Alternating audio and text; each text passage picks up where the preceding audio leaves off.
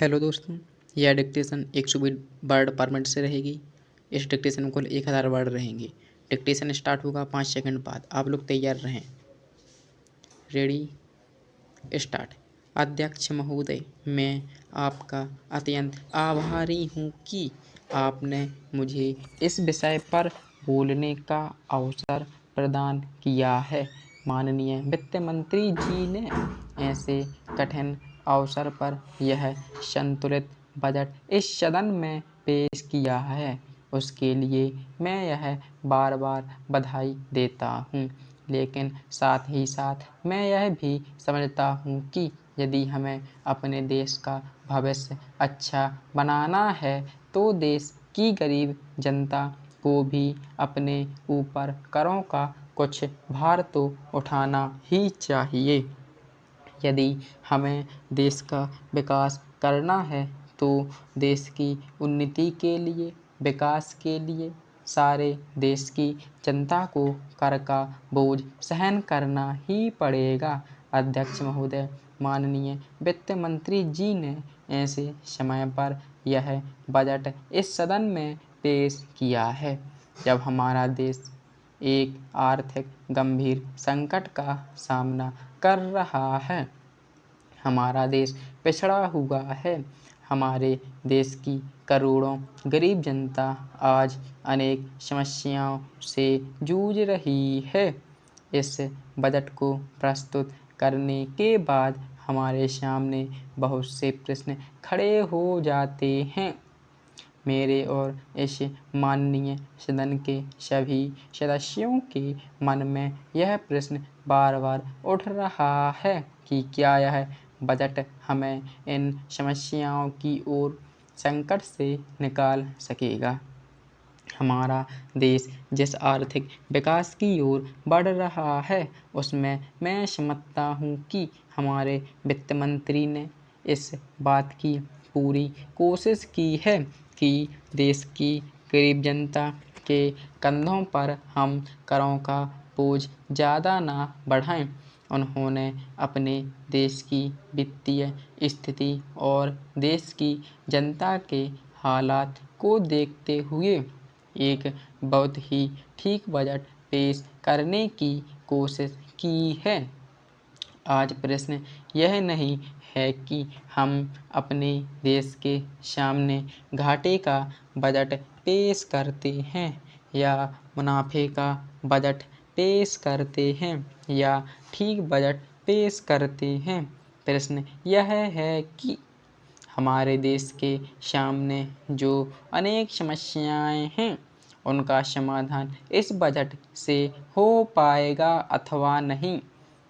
इस बजट में नए कर ज़्यादा नहीं लगाए गए हैं और जो थोड़े से कर लगाए भी गए हैं वे इस प्रकार से लगाए गए हैं कि सभी वर्ग के लोगों पर उनका बोझ पड़ता है।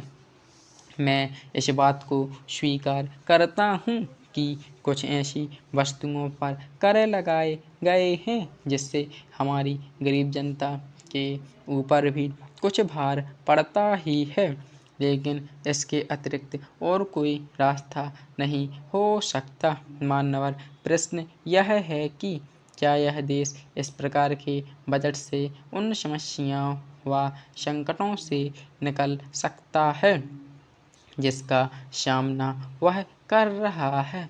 हमारे देश में अनेक संकट आए, लेकिन इस सब के बावजूद हम निरंतर उन्नति करते जा रहे हैं।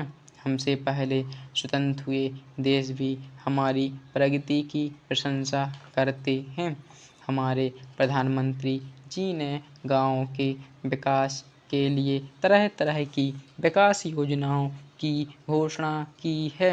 हमारे गांव अभी काफ़ी पीछे हैं, लेकिन निश्चित रूप से इन योजनाओं से विकास की प्रक्रिया तेज होगी। पैरा, अध्यक्ष महोदय, मैं यह मानती हूँ कि बहुत से जो हमारे भाई हैं उनकी तरफ से शिकायतें आई हैं और यहाँ बातचीत चलती रहती है कि हम अपने क्षेत्र में सफाई बंद करा देंगे, परंतु मैं यह कहना चाहती हूँ कि माननीय सदस्य जब इस विषय में ध्यान दें और मानवता के लिए इसमें राजनीति का रंग देने की कोशिश ना करें। मैं अनुरोध करूंगी कि सदस्यों की जो समस्याएं हैं उनको ध्यान में रखते हुए ऐसी नीति अपनाने की कोशिश करें जिससे सहयोग का वातावरण उत्पन्न हो और उसमें राजनीति न आने पाए।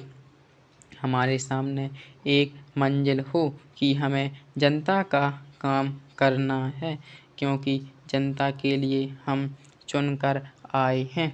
इसमें पार्टी का प्रश्न नहीं होना चाहिए। मेरे दोस्त ने अपने भाषण में कहा है कि यह गांधी जी का देश है। हम महात्मा गांधी के सिद्धांतों पर चलते हैं।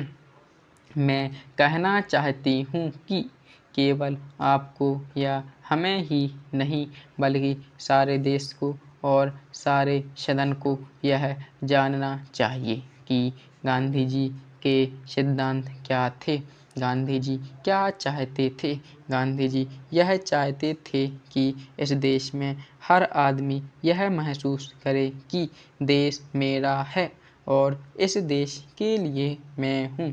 पर आज इस देश के आदमी की क्या हालत है। वह हालत में नहीं है कि वह अपने को इंसान कह सके। यह तो देश और समाज के बारे में सोचना नहीं हुआ। आज हम देखते हैं कि भारत के कई हिस्सों में दंगे हो रहे हैं। इन्हें किस तरीके से हल किया जाए इसके बारे में भी राष्ट्रपति जी के भाषण में कोई जिक्र नहीं है। आप जानते हैं कि हर साल दंगे होते हैं। क्या आपने इन दंगों का मूल कारण जानने की कोशिश की है। इसके पीछे कौन है जो इन दंगों को बढ़ाना चाहते हैं। मैं जानना चाहती हूँ कि सरकार इसके लिए क्या कदम उठाना चाहती है ताकि हमेशा के लिए ऐसे दंगे देश में ना हो। यह देश के लिए बहुत कलंक की चीज़ है। जो दंगे करने वाले हैं चाहे वे किसी जगह के रहने वाले हों, उनका समाज के अंदर कोई स्थान नहीं होना चाहिए। सरकार को तो इस बात की कोई चिंता नहीं है। महोदया, राष्ट्रपति के अभिभाषण को पढ़ने के बाद हमें ऐसा मालूम होता है कि जो आम जनता की समस्याएं हैं उनके बारे में इसमें कोई ध्यान नहीं दिया गया। हमारे देश में पंचवर्षीय योजनाएं बनी, लेकिन आज भी इस देश में हजारों की संख्या में ऐसे गांव हैं जहां लोगों को पीने का पानी नहीं मिलता। आज भी लाखों को इस देश के अंदर रोजगार नहीं मिलता। आज भी लाखों की संख्या में ऐसे किसान हैं जो गाँव में बसे हुए हैं और उन्हें अपनी पैदावार की ठीक कीमत नहीं मिलती। आज भी ऐसे लोग हैं जो पुराने ज़माने में अपने हाथ में काम करके अपना काम चलाते थे। Full stop. फ्रेंड्स, यदि आपको वीडियो पसंद आए तो लाइक करना ना भूलें। चैनल को सब्सक्राइब जरूर करें। Thank you.